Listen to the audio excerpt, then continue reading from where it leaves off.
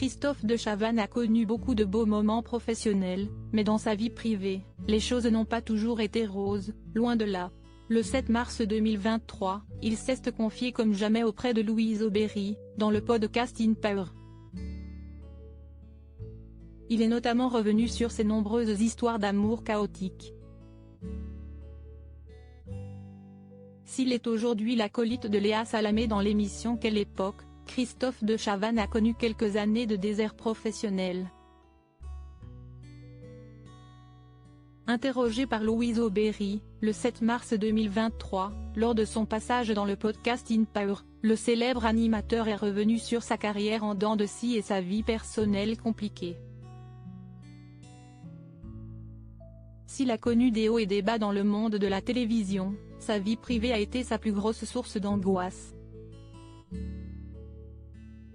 Conscient d'avoir été privilégié pendant de nombreuses années, Christophe de Chavannes affirme tout de même que son quotidien n'a pas toujours été rose.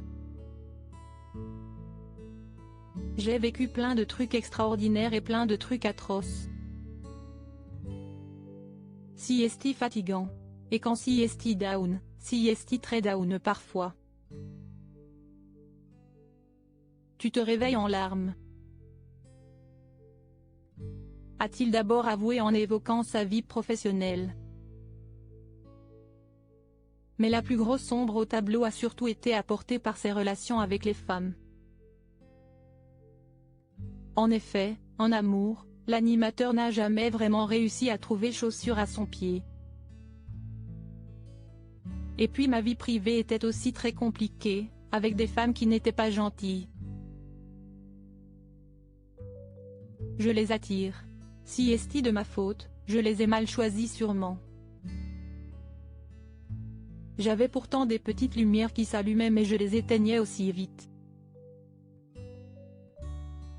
Maintenant avec l'expérience, je ne le ferai plus.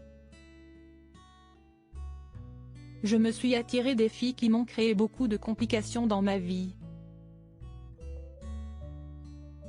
A-t-il raconté.